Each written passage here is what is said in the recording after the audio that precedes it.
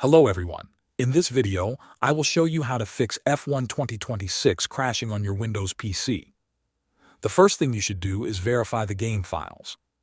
If you are using Steam, open your Steam library, right-click on F1 2026, choose Properties, then Installed Files, and click Verify Integrity of Game Files.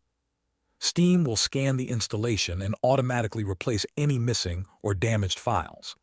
If you are playing through the EA app, open your game library, select F1 2026, and choose the repair option.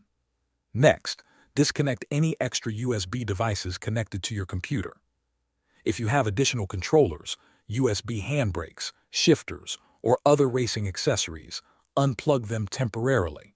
If you are using a racing wheel, connect it directly to a USB port on your PC instead of using a USB hub, since hubs can sometimes cause connection problems. Finally, disable overlays and close unnecessary background applications.